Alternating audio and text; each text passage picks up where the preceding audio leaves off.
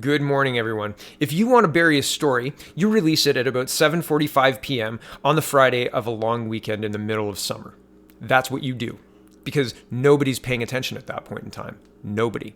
And so, at 7:46 p.m. on August 2nd, the Friday of the August long weekend in 2019, Global News reports, quote, breaking. An Immigration and Refugee Board member imposed more than 24 conditions on Hamdan, including that he not drive or possess weapons or electronic devices capable of accessing the internet. Here's the story. Online ISIS supporter deemed a danger to Canada ordered released from custody. Released from custody? Why are they releasing people who are a danger to Canada? Here's the article.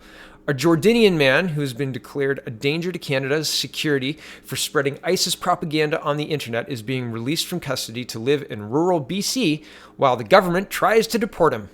Immigration and Refugee Board member Jeff Rempel ordered the release of Othman Hamdan on Friday afternoon, rejecting the Canada Border Services Agency's CBSA concerns that he is a risk to national security.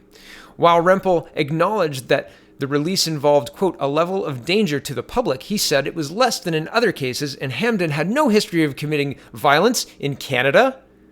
He imposed more than 24 conditions on Hamdan, including that he not drive or possess weapons or electronic devices capable of accessing the internet. He must also not make any social media posts or have contact with ISIS. The 37-year-old, who was found to have served the ISIS social media agenda and encouraged attacks in Canada, had asked to be released to live in Enderby, a small town in the BC interior. Hamdan promised to refrain from posting on the internet and attend counseling in nearby Vernon. He will live in a basement room in a home of a friend who agreed to post a $2,000 bond. His lawyer argued the conditions would eliminate any risks, but CBSA officials opposed to freeing Hamdan and noted Enderby was less than 90 minutes from the Revelstoke Dam, one of the targets he had named.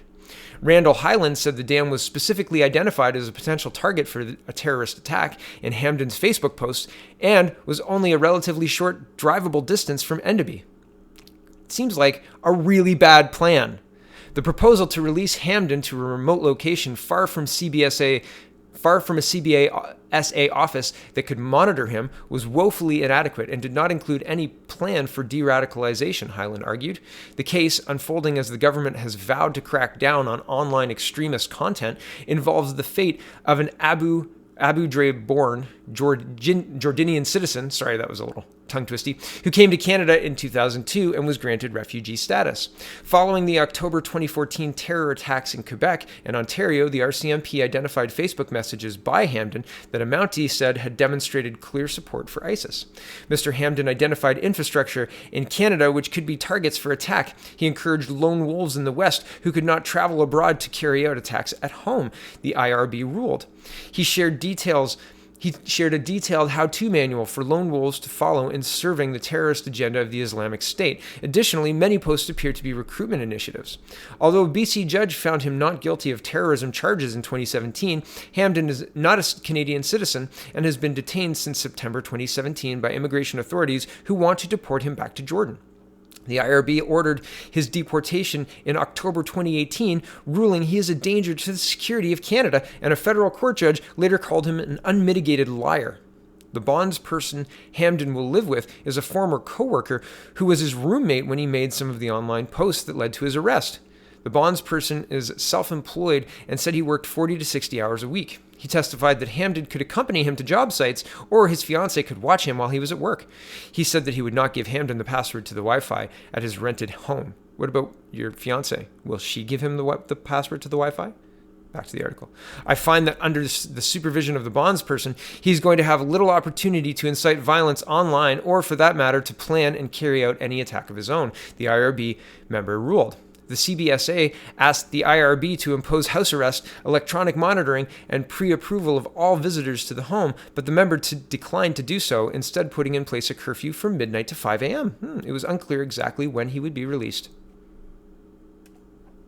In his testimony, Hamdan acknowledged that some of his online posts, quote, could be interpreted as implicit threats, but denied he was a security risk. Quote, I actually find it laughable. I'm not a violent person at all. He also denied his posts supported ISIS or promoted terrorism. Quote, I did not support the Islamic State. I supported some of its actions in protection of the Sunnis, he said. So he contradicts himself.